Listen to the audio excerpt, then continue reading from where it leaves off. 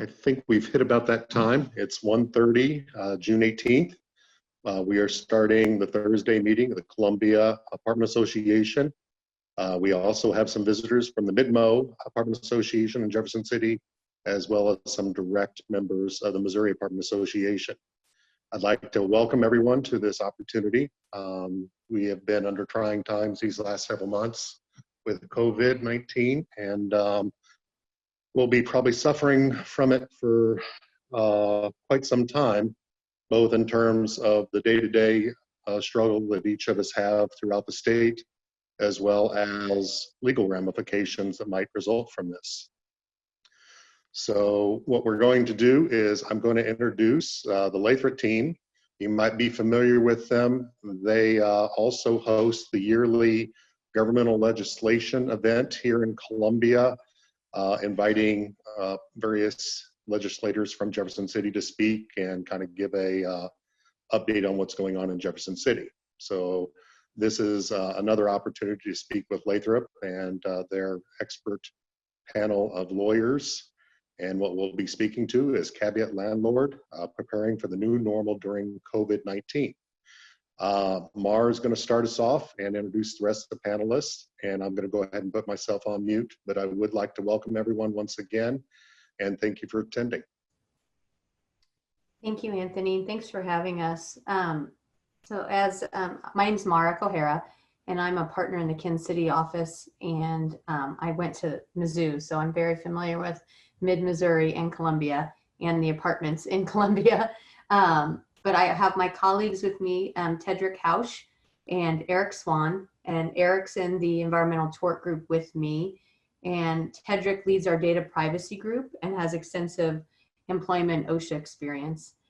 For those that attend our government relations meetings, we did just have a merger in January of this year. And so our new name is Lathrop GPM. We were formerly Lathrop Gage.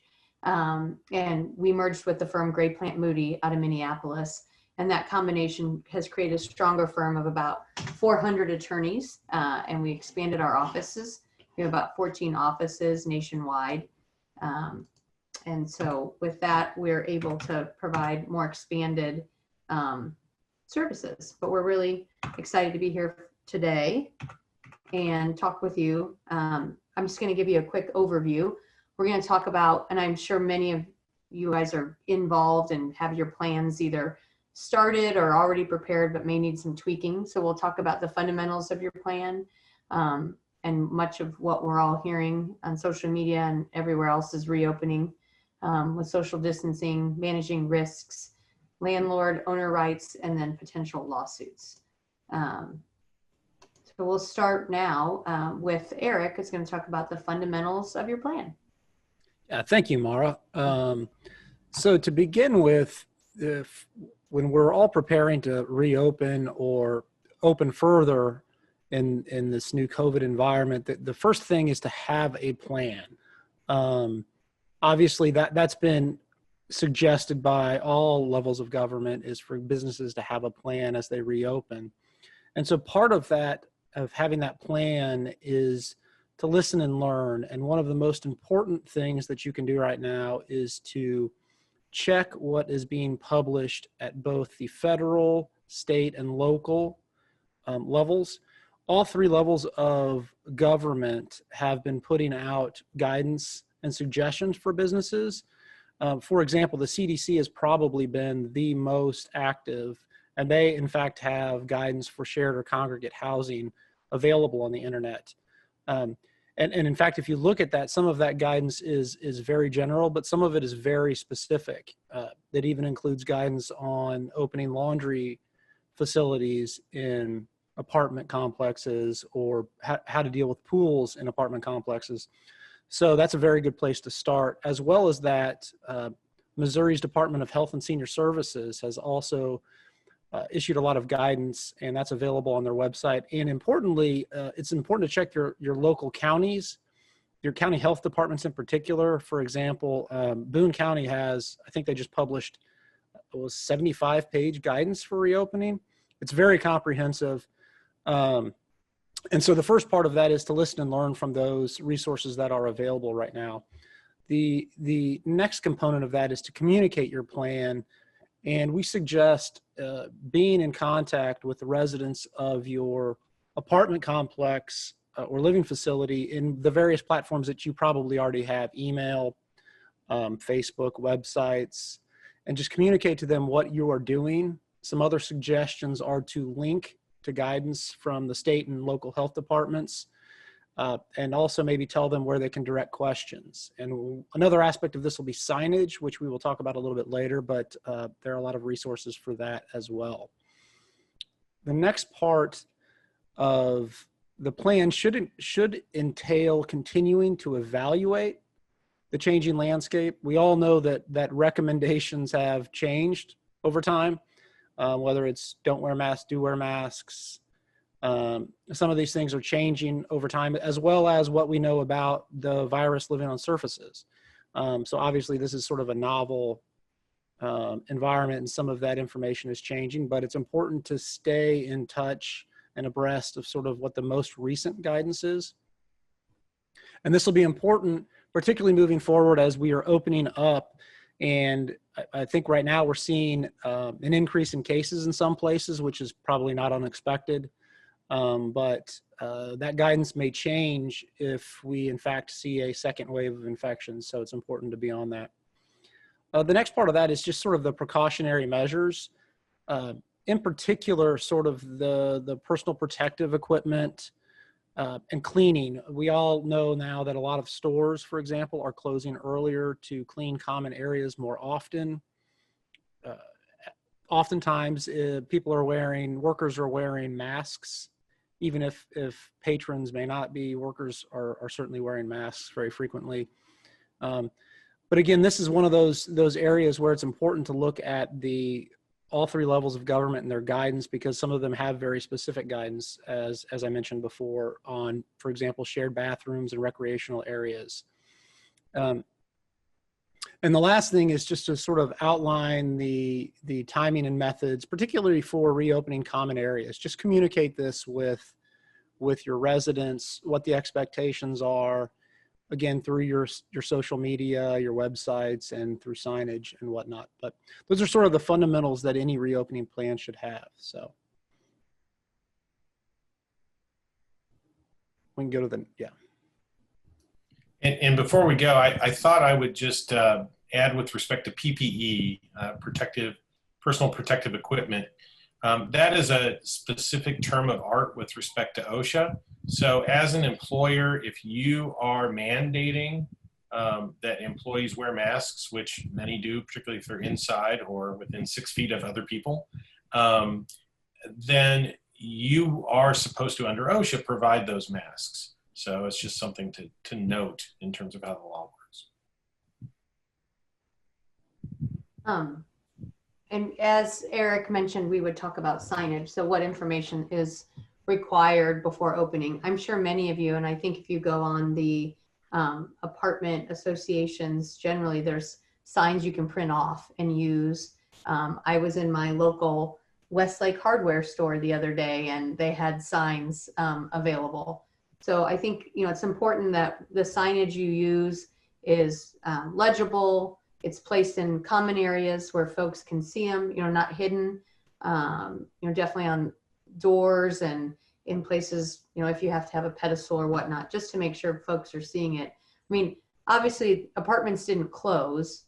This is more kind of related to common areas and fitness centers and pools and things that are opening in your amenities.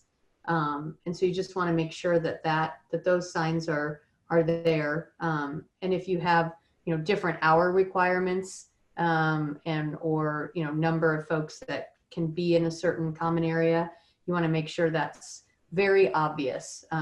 You sort of liken it to the content in a coffee that you would get from McDonald's. The contents are hot. I mean, it's obvious, but we now know that the more that you can put that in front of folks and they see it, the better off you are. Yeah, and the next area that we had was, the question we had is, are you going to limit common areas? And some of you may already have done that and be wondering whether or not you need to reopen.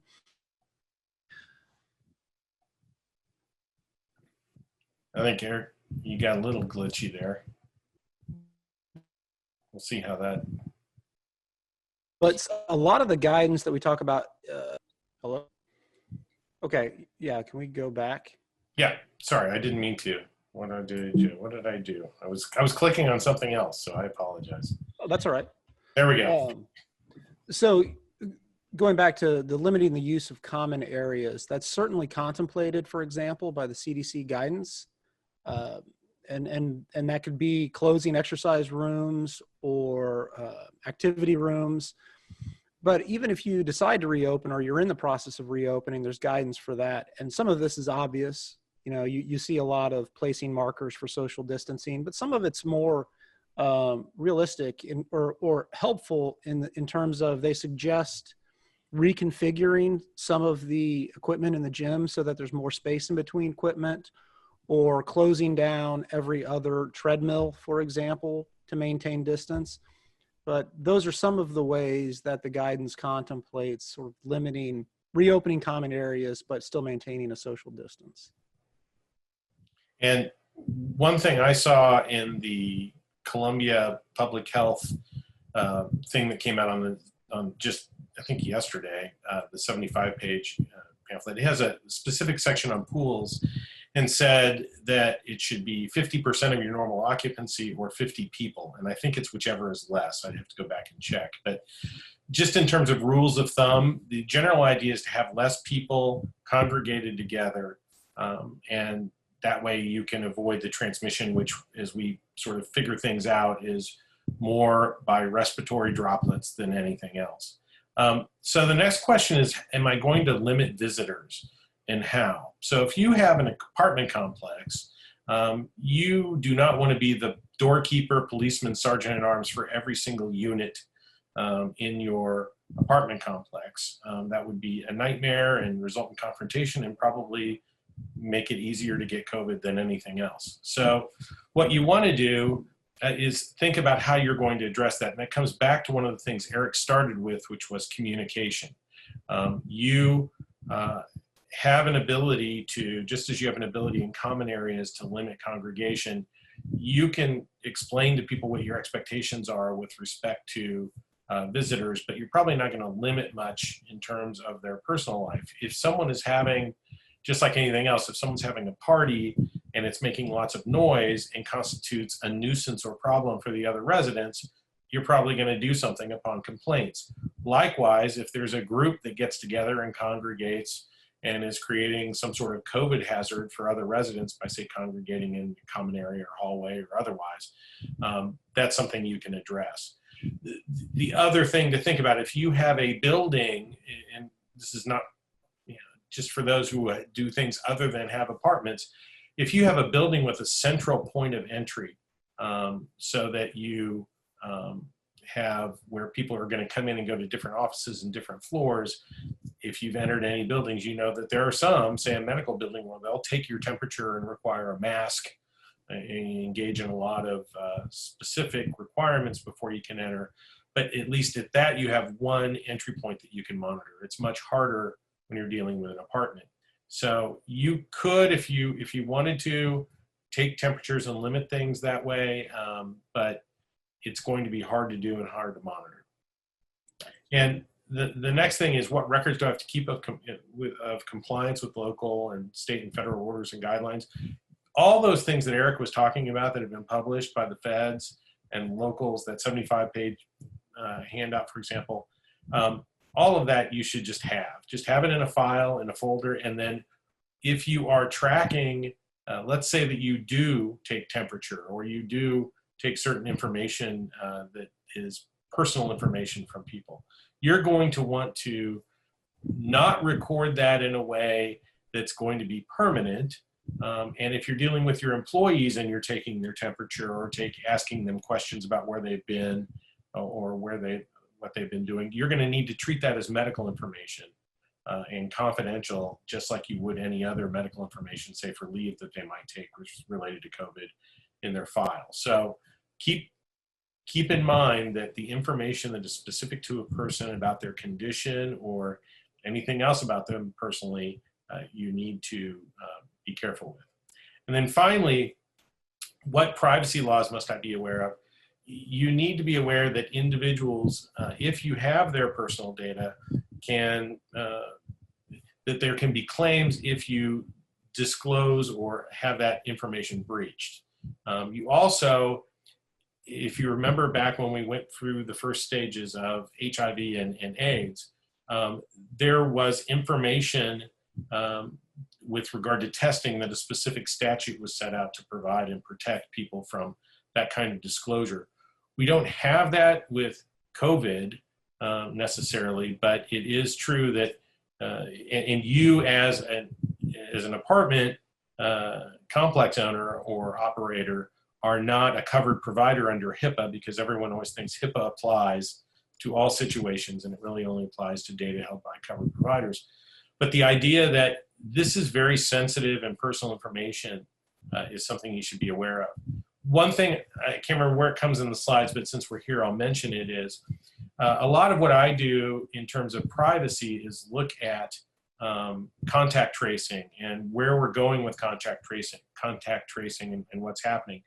Most places in the United States are just using the old-fashioned contact tracing method, which is to hire people to investigate and call and say, you tested positive to COVID-19, with whom have you been talking, with whom have you been close to, and then tracking it down just like a Columbo detective in terms of getting people aware of what's going on. There are apps out there that I think are going to become more prevalent in use. The most common one is the Apple-Google joint venture, in which if you agree to that app, it will send out a signal, sort of a ping signal through Bluetooth, and it just sort of constantly be there. And if it ends up that you turn positive, you report that, and then everyone who you've been in contact with respect to the Bluetooth pinging network that exists anonymously, those people will be told that you have been, in the last 14 days, been in contact with someone who's tested positive. It's going to require buy-in from the public in those areas where it's needed, but it is so far the one that most, at least European countries, are headed towards, and we'll see about certain states in the US. And the reason is the other methods for using apps or geolocation to track people with COVID gathers the person's actual information, and it is centralized in some government hands, and people get really leery about that. So probably more than we needed to cover with respect to privacy, but interesting to me. So next, and I'll keep talking here. So next, when you're reopening, I've talked about employees and the guidelines that you have to have. You need to communicate with them. There's an actual poster for COVID-19 leave that should be posted in your break room that's available on the DOL website. But you want to communicate what your expectations are so that people aren't surprised. And that may mean just going back and looking at what you have in place with respect to your overall leave policies. Then you need to figure out how there are two types of leave that the federal government passed. One is the COVID-19 emergency paid sick leave that anyone's entitled up to 80 hours to receive if they are getting tested for COVID-19, or they have COVID-19, or the symptoms of COVID-19. And then there's an extended Family Medical Leave Act for those who have to take care of their children because their normal child care provider or school has been closed. And that provides an additional 80 hours of paid leave. Now, on the former, it can be 2/3 of the person's wages, and I think a total of about $5,100 is what someone could be eligible for at the max for the emergency paid sick leave. For about $500 a day is the max. But for the extended Family Medical Leave Act, you are limited to $200 a day. And it is also counting as part of your Family and Medical Leave Act allotment. A lot of people, there's a lot of people are looking at having, they like working from home. They find themselves being efficient from home. So you're going to see a lot of flexible work plans. Depending on what people do, you may be able to incorporate that into your particular operations. And then one of you can jump in if I'm going too long here, but on the general workplace guidelines, you want to limit access, at least into your office where you do the leasing office. You're going to want to record visitors in order to know who's been there for tracing purposes. And then you're going to clearly post social distancing guidelines. So you see on the right, the CDC's poster that's just the general reminders, just something that says that is a good idea to show that you are paying attention to this. And Yeah. Oh, go ahead, Patrick. Okay. I'm So- sorry. Go ahead. So I can't remember if I was going to go ahead, but here with regard to common areas, we've talked about limiting access and looking at the local guidelines and seeing what those should be kept down to, removing furniture, just like Eric said, removing machines.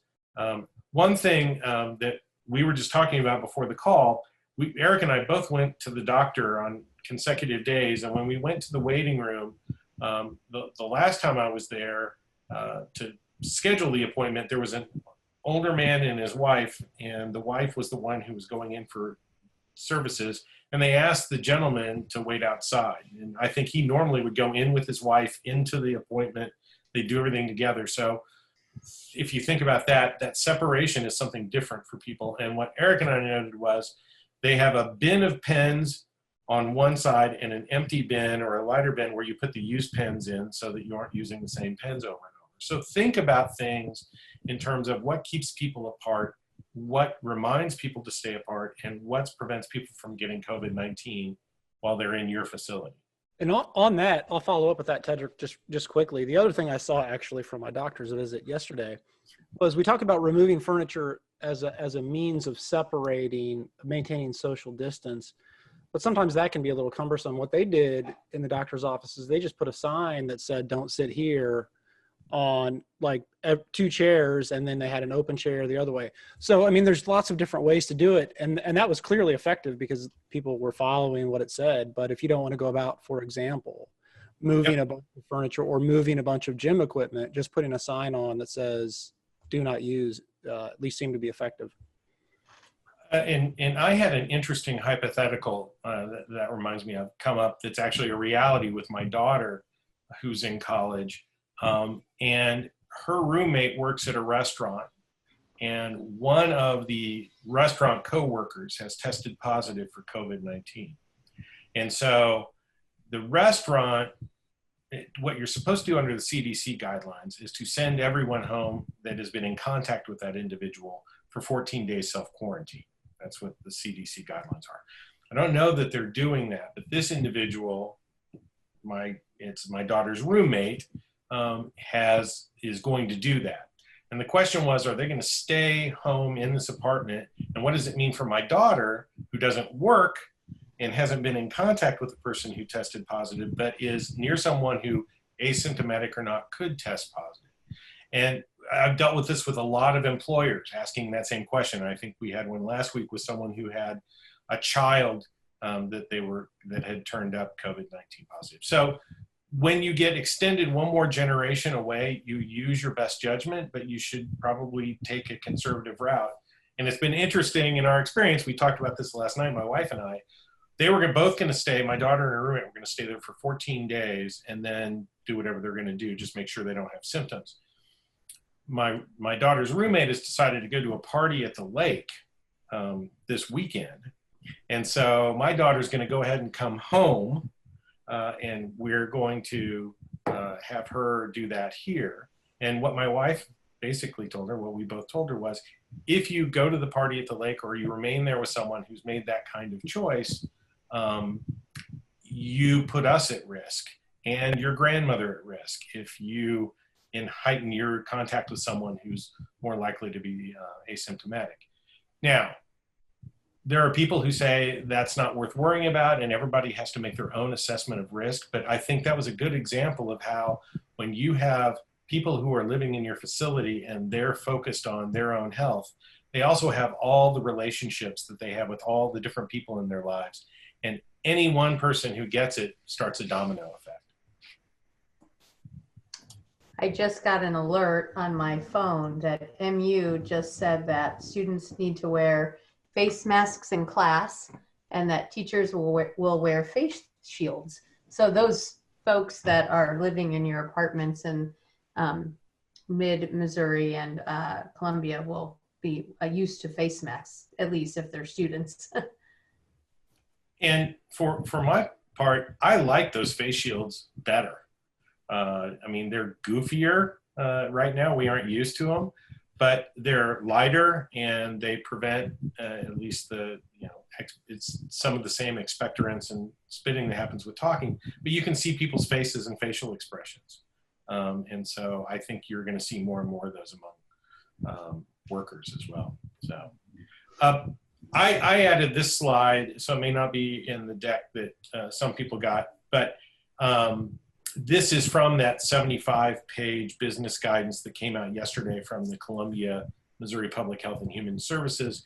Eric read it even in more detail than I, and it has many specifics to many specific businesses. But this was the one I found that pertains to real estate.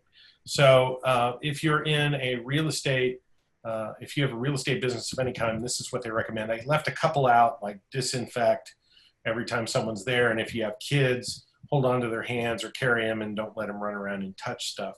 But this is all common sense. But what I'll talk about here at the end, if you see the second to last bullet point, conduct as much business online as possible, including electronic closings on home loans, digital notary seals, and the like. And more of our clients that I deal with are looking at how paperless can they go and how can they affect e-signatures into their tenant leases, and they use software sometimes to do that. I know there are a number of software choices if you aren't. The idea of people, we had an email go around our office about an hour ago asking for who was an electronic notary, and I think many people surprisingly were. All of that is going to be more and more important going forward. So if anything else, hopefully this experience will trigger you to think how to become a more digital operation.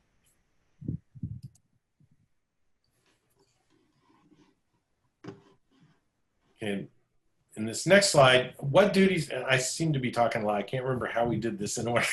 I'll keep going. Oh, we got it. We're going down. What could go wrong? What duties do I have to notify other tenants if one of my tenants becomes infected? So that's obviously building upon our hypothetical and thinking about it. You do not want to disclose the individual's name. You are not supposed to do that. It's personal information. That is not what you're expected or should do. On the other hand, just like the Colombo example I gave earlier, to the extent that tenants need to be informed because they've been in contact, you should let them know. Does it mean that you need to put a sign up in the pool area that says that someone got COVID?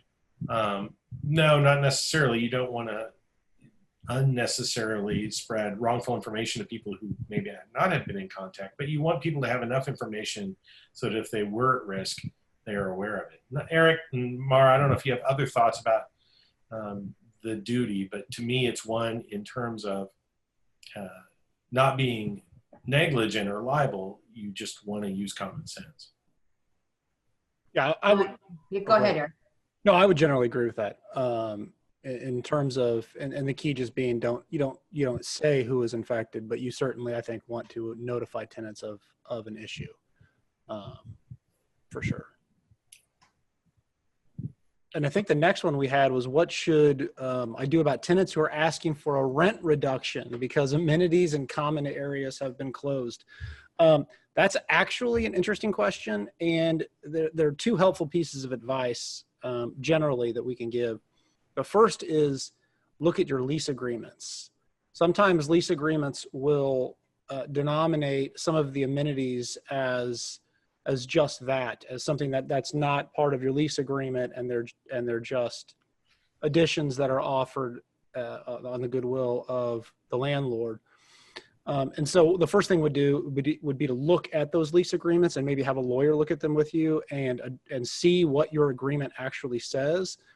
There is another scenario that I think is a little bit easier, which is if as part of your rent, you have an amenity fee that you charge separately, but that amenity, those amenities that are the genesis for that fee are not available, I think in that circumstance, you probably should reimburse the fee since it's a separate line item for something that you are not offering currently, which is sort of strange. By being more specific in the fees you charge, you kind of run into that circumstance, but I think that that's probably the best way to interpret that. But otherwise, the first thing you need to do is look at what your lease agreement says about amenities and what the relationship of that is to the rent.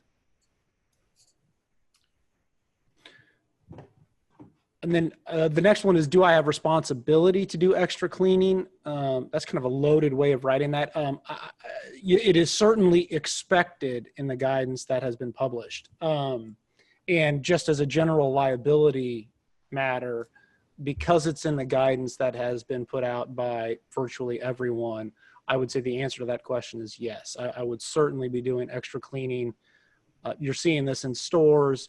Now, obviously, that doesn't apply to everything, but clearly things like doorknobs, or in the example Tedrick gave, pens that people are going to use, areas or common areas where like workout facilities or laundry rooms, I would absolutely engage in extra cleaning, particularly in those areas or those surfaces where multiple people are going to be coming in contact with the same surface. You know, I was thinking that it really does make those, infrared triggers for automatic doors really great when you think about it, in terms of otherwise having to pull in the summer, you aren't wearing a long sleeve shirt, you can't pull it out over your hand.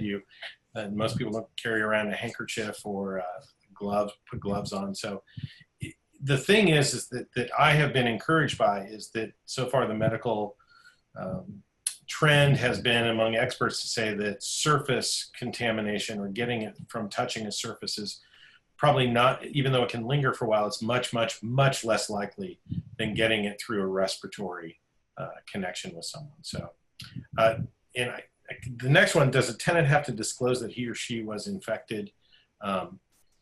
You can't make people tell you that. And if people are tested, it's their personal health information. I don't know if there are other thoughts about that. If you find out about it, you may have an obligation to inform a public health authority. So you should be aware of those instances. And that's sort of the next question.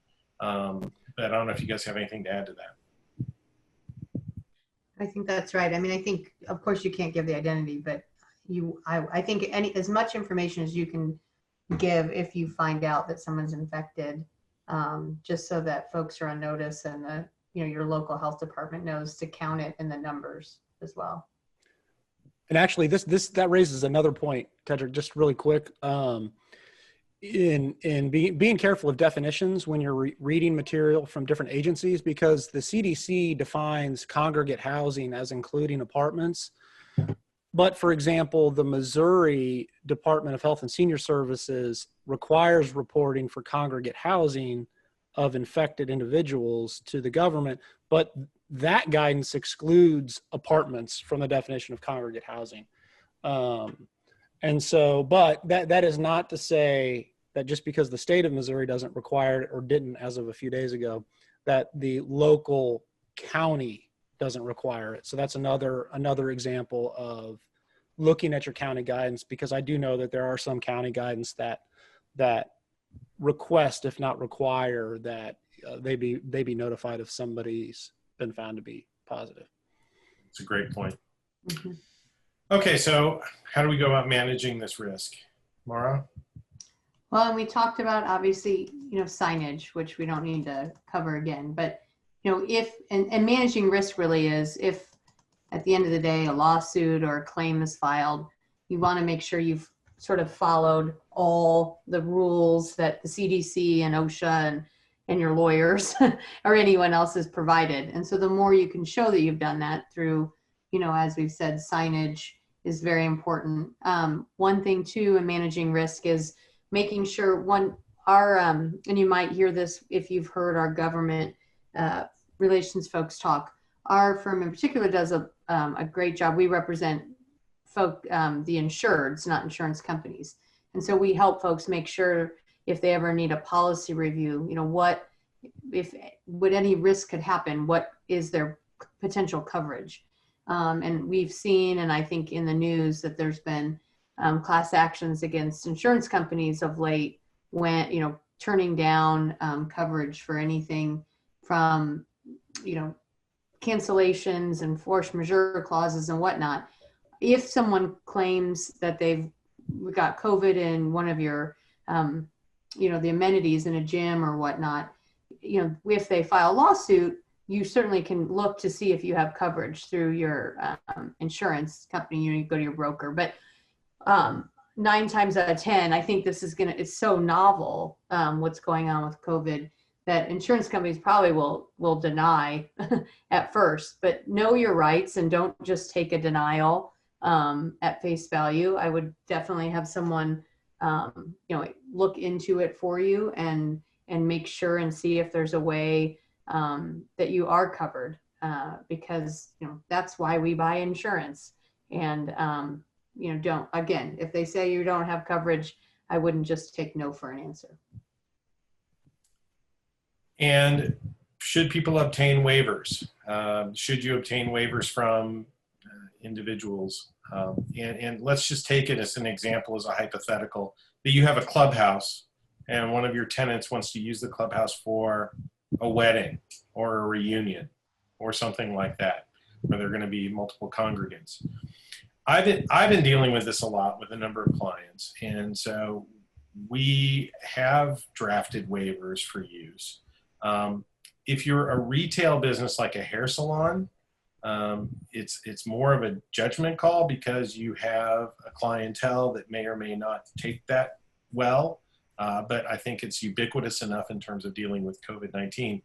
I think there's been a lot of discussion in the media about the Trump rally that's coming this Saturday in Tulsa, and the assumption of the risk and signing of the waivers that they're having individuals do for that. And as a lawyer, that makes perfect sense, because you're going to have people getting together, and if they're going to put themselves at risk, they assume that risk and know about it, you don't want to be held liable if you're the venue or the campaign or whoever it might be. So if you're going to do a waiver, this is the thing I recently addressed for a client. If you're going to do a waiver, if you have paper waivers that people have to sign in order to get in that day, at that time, at the event, that's not going to work so well. You're going to need to have those separate bins of pens, and you aren't going to have time to clean them, and you're going to have people standing in a big group at the beginning of the event, and they're going to be irritated that they're waiting, they're going to be talking, they're going to be within 6 feet. So to the extent that this can be done through a pre-event, either a checkbox or electronic signature or other means of, again, digitalizing your business, that's a much better way to do it. I've looked at whether it can be done in connection with Evite, for example, or how you go about doing it. But that's probably the best way to address it if you're going to get waivers. So I don't know if you guys have other thoughts on waivers. So the other thing is taking the temperature of everyone entering the building. So on those waivers or on those agreements with individuals who are going to use your facility space, the other thing that I've been doing is putting in there that if we decide, meaning the owner of the building and the facility, if we decide that it is the requirement based on local or federal or state public health authorities that everyone has to wear a mask, then we're entitled to impose that. If you are required to take the temperature of everybody entering, like you would say at a medical office, and that's somehow required by the public health authorities, that isn't what's being done necessarily right now in Missouri or other states, but that you have the right to do so. And you have to think about how that affects cancellation rights. And you also, if you have, and we'll get to this a little bit later, I think, but when you're writing up an agreement, you want to make sure that you've put at least, pandemic or virus or something in there as one of the things that you think about as affecting whether you can have an event or not, because it's a big deal, similar to like travel insurance. And record keeping, I think we've talked about already. Yeah, I'll add a few things to that, Tedrick, just on the record keeping side. Because this is one of the areas, obviously a lot of this from a legal standpoint is intended to head off liability and litigation. There's also a public health standpoint that we obviously don't want people to get infected and suffer from that. But this one really does touch a little bit on some of the legal aspects of it. And one of the important things to do, and Tedrick mentioned this, is to make a record of the guidance you were following. And I reiterate that for a couple of reasons. Is one, plaintiffs can sue oftentimes years later. So the fact that you haven't gotten a lawsuit in the last month or two does not mean that you won't get a lawsuit 2 years from now. And so one of the things that's important to do is, like Tedrick said, when you're getting guidance or you're looking up guidance that you're following, print off a copy and put it in a file and just save it.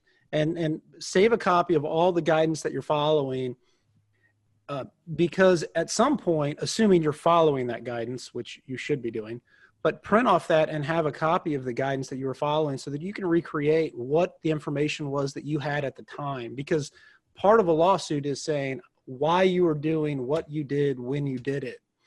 And it's important to have that record, because it's not like some of these websites may not be up forever. And so by the time you get sued, the guidance you were following may be gone. So, and another example of that is if you are doing enhanced cleaning procedures and you're advertising that you're doing that, it would probably be a good idea, kind of like what you see in bathrooms sometimes, where they say last cleaned by and somebody has signed it and dated that it was done. That's just another way of keeping a record of what you did and when you did it. So anyway, that was all I had additionally on the record keeping. That's great. Okay, so what are your rights as a site owner or manager? And the first thing is, when I was talking earlier about what if a group of people are around the pool, hugging one another in a large group and engaged in other behaviors that would put others at risk. You have a right to monitor that or deal with that as you would any other conduct in your common area, or you can always call the authorities if it gets bad enough.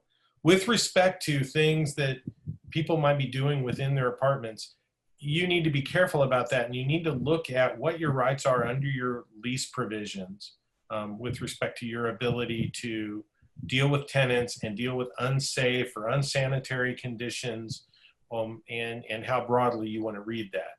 But your rights are going to be constricted by the lease arrangements and or other rules that apply to the individuals in the units. The next issue is moratorium on evictions. There was one issued in the state of Missouri. I think the Missouri Supreme Court effectively said by June 1st, courts will start having court in session again. So by then, individuals are able to go forward with evictions. I don't know if anybody in this group has had an issue with an eviction. It's not a forgiveness of past due rent. But Eric, Mara, anything else you want to say about that?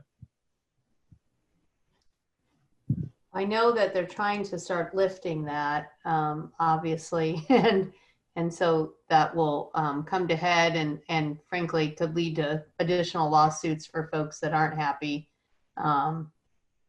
And we do have folks that do a ton of that, but. And there is a tenant association statewide that is attempting to affect legislation and get rules in place that would, forgive past rent and do some of those things. So far, I don't think those have been particularly successful, and our government affairs folks would know more than I do about it. Okay, so what are the risks, Eric? Yeah, and I think too, I mean, really, obviously, we're lawyers and, oh, go ahead. Did you say? No, go ahead.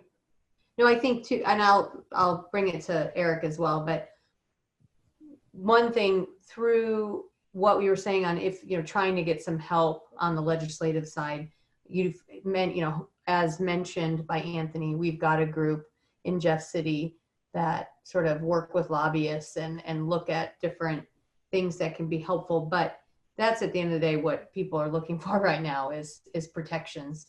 And even if those protections are in place, and Eric will probably talk a little bit more about this, lawsuits are inevitable. People can, whenever we have a client and they ask, can I be sued? Well, I mean, you can be sued for anything. Does that mean that the lawsuit is, a good lawsuit? No, but, we see frivolous lawsuits filed all the time. And I'll let Eric expand upon that a bit more because we're running kind of short and want to leave time for questions. Sure, yeah, and really that sort of hits the main things. People have seen in the news already that litigation has been filed.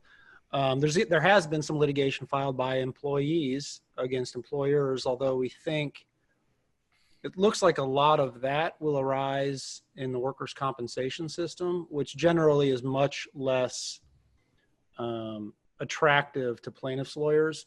But we also expect to see lawsuits filed by tenants against landlords and consumers against businesses. I fully expect to see that. I mean, it's just too big of a potential liability for it not to happen.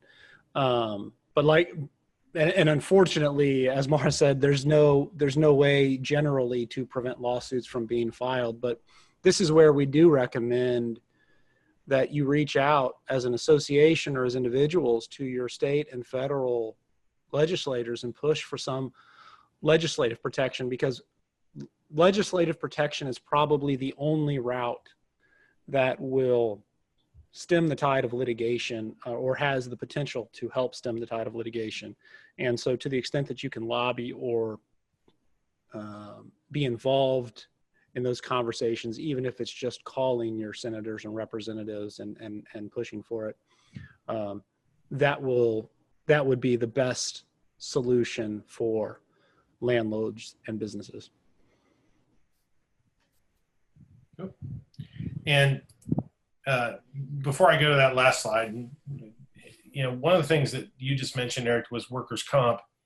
And workers' comp is a system that we designed as a society so that there would be a method of helping people who get injured on the job, so that you don't have tort lawsuits and have to go to court and argue about that every single time. The idea is we're going to make it simple, and we're going to create schedules and a treatment program and pay for the medical and pay for at a scheduled rate the amount of weeks that you're injured, all of that.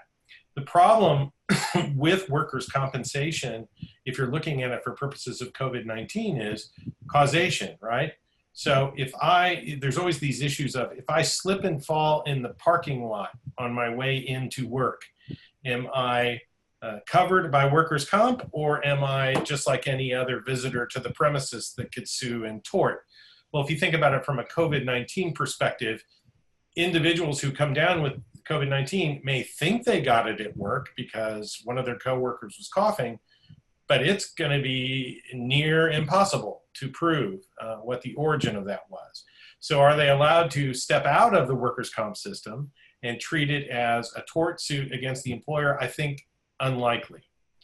Also, what will the workers' comp system do with those people who have COVID-19 claims and want to be covered by their workers' comp insurance? You're going to see some of this get argued out and looked at, and it's going to be interesting to see how courts in the various states, because it's a state-by-state basis, are going to decide that.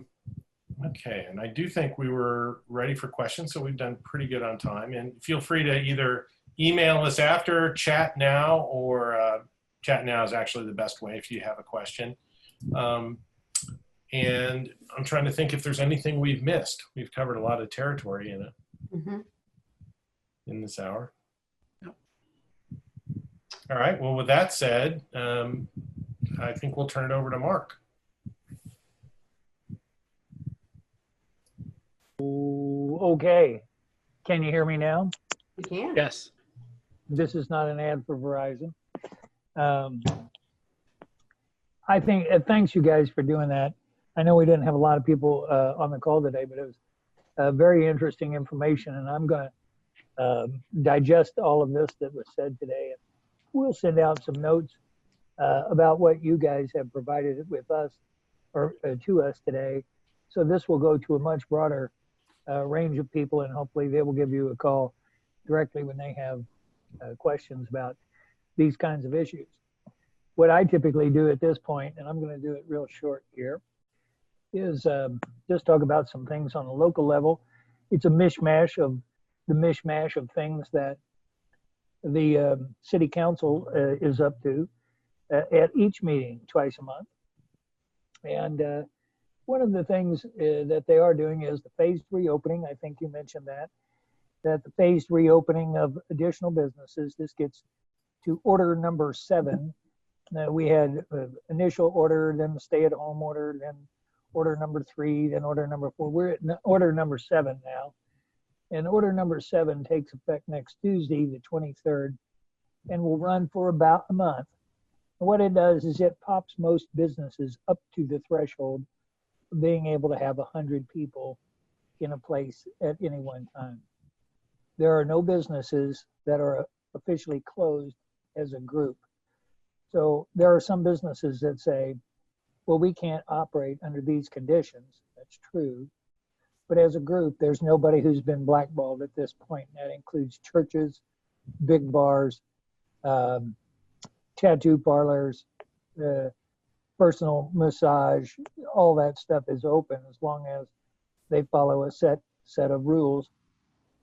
And if they can follow that, they get to be open. 100 people is the max on groups right now. That'll stay in for at least a month. And then after that, it may stay at 100 until August the 24th, or it may jump to 250 people. We'll have to wait and see on that, but they want to get the final order in before the 24th of August, because that's when all the students are back. And they want to make sure they've got all this stuff in place, because you're going to have people in your apartments. They're going to have butts in seats at the university because they've announced that. And as Mara said, she got the update that everybody's going to be wearing masks and face shields. So this is going to be just a hell of a first day photo for all those freshmen that are coming in. I think it'll be hilarious. But we'll see how that goes. As a part of all the COVID stuff, I didn't want to miss this.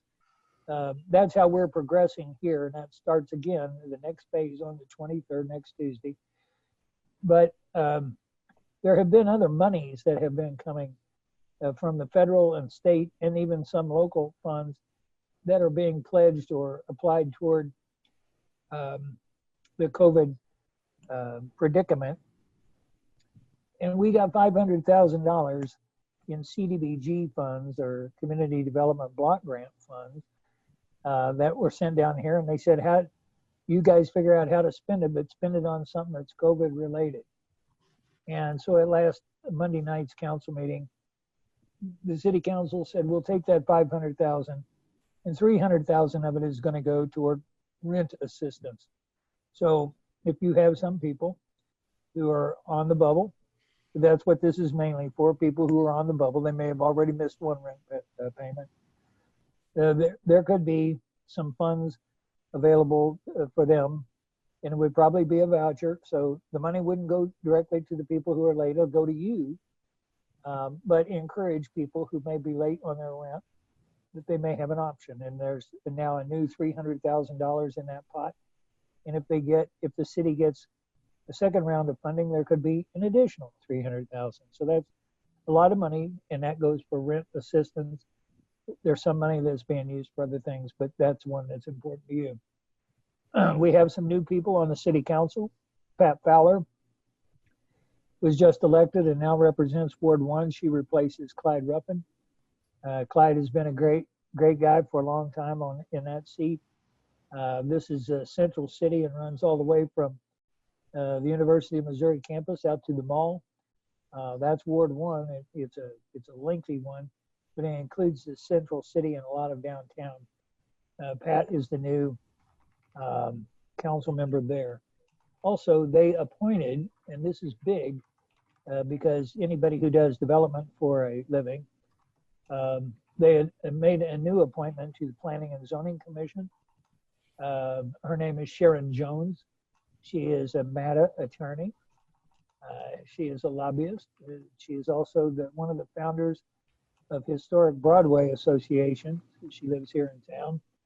She was appointed to our Planning and Zoning. Michael McMahon, who has been on there for one term, was also reappointed. And then Kitty Rogers, who lives on William Street in the 3rd Ward, which I think that's probably Benton Stevens neighborhood, was appointed to the Board of Adjustment. And on the Board of Adjustment, you got to have a lawyer go with you, and you got to get 4 out of 5 votes. So anybody that gets appointed to that thing, they got you over a barrel there. So you better make friends with Kitty. Trash pickup has been a topic here lately because they canceled it a couple of times in a row, and people thought, oh, it's going to end completely. Well, it probably will, at least on the recycling. Right now, they canceled recycling, the curbside pickup recycling. Then they reinstituted. But it looks like with this next round of budget hearings, they're going to be looking for places to cut. Right now, that's a loser in terms of income and the market. And so my guess is we're going to see that go away, but there will probably be some community sites where you can still do the recycling, but it won't be the easy curbside pickup that we adopted several years ago. Be prepared for that. They may also change the rules. And this is big to you and anybody who's ever seen move out day of any of the apartments, like over at East Campus or Benton Stevens, where everybody throws everything and their couch and their grandma in the front yard and expects that the trash guys are going to pick it up. They're probably going to go back on that a little bit.